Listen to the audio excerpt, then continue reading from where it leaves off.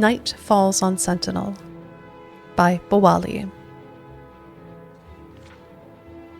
No music played in the nameless tavern in Sentinel, and indeed there was very little sound except for discreet, cautious murmurs of conversation, the soft pad of the barmaid's feet on stone, and the delicate slurping of the regular patrons, tongues lapping at their flagons, eyes focused on nothing at all.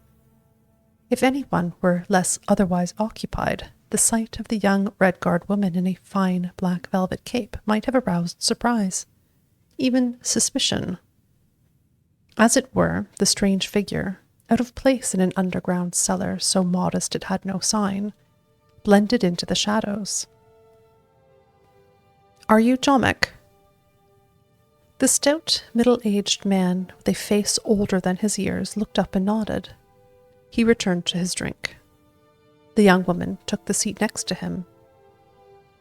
"My name is Habala," she said, and pulled out a small bag of gold, placing it next to his mug.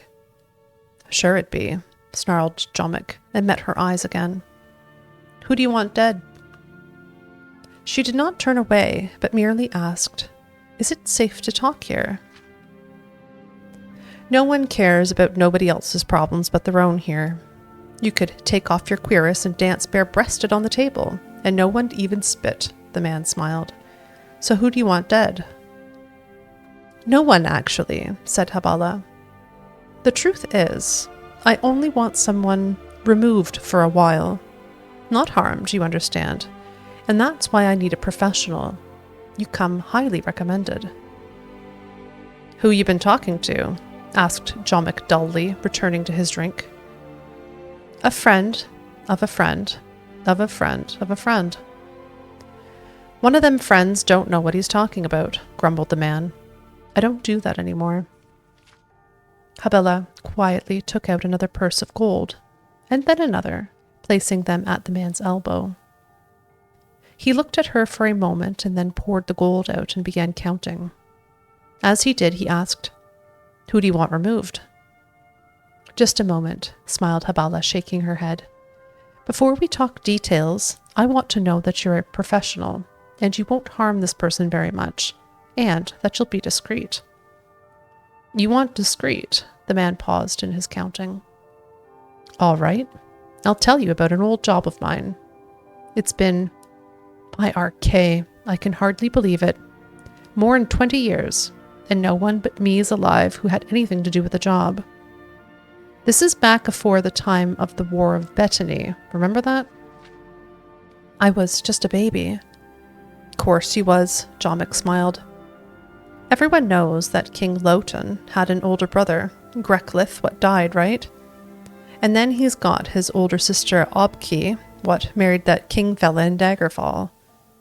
But the truth's that he had 2 elder brothers." "Really?" Habala's eyes glistened with interest. "No lie," he chuckled. "Weedy, feeble fella called Arthago, the king and queen's firstborn.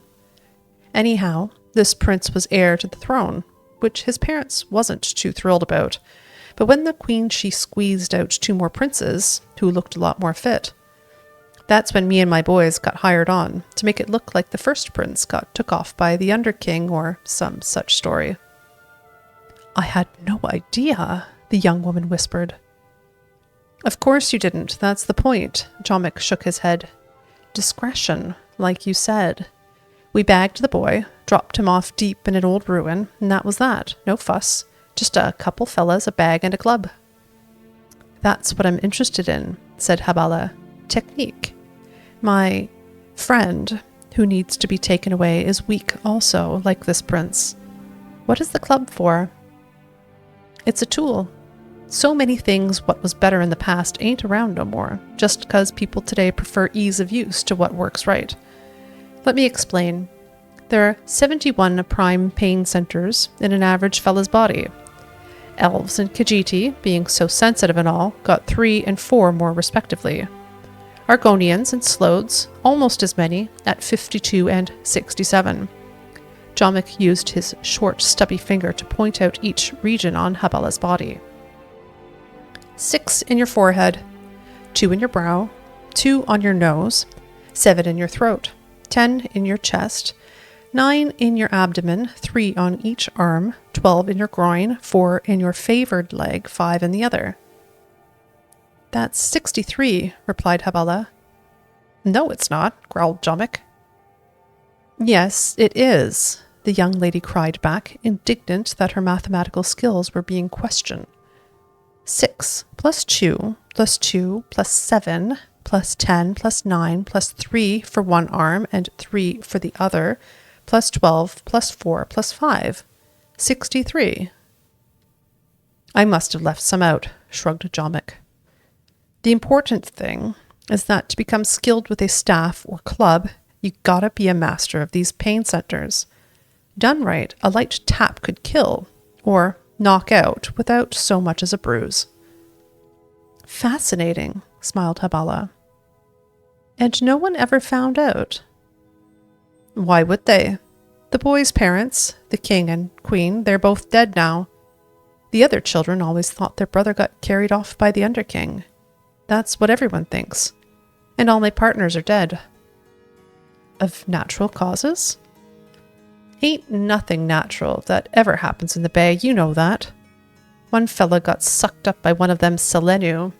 Another died of that same plague that took the queen and Prince Greclith. Another fella got hisself beat up to death by a burglar. You gotta keep low, out of sight, like me, if you want to stay alive. Jomic finished counting the coins. You must want this fella out of the way bad. Who is it? It's better if I show you, said Habala, standing up. Without a look back, she strode out of the nameless tavern. Jomic drained his beer and went out. The night was cool with an unrestrained wind surging off the water of the Iliac Bay, sending leaves flying like whirling shards. Habala stepped out of the alleyway next to the tavern and gestured to him.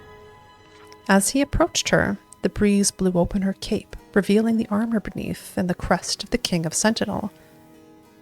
The fat man stepped back to flee, but she was too fast. In a blur, he found himself in the alley on his back, the woman's knee pressed firmly against his throat. The king has spent years since he took the throne looking for you and your collaborators, Jomic. His instructions to me, what to do when I found you, were not specific, but you've given me an idea. From her belt, Habala removed a small, sturdy cudgel. A drunk stumbling out of the bar heard a whimpered moan accompanied by a soft whisper coming from the darkness of the alley. Let's keep better count this time.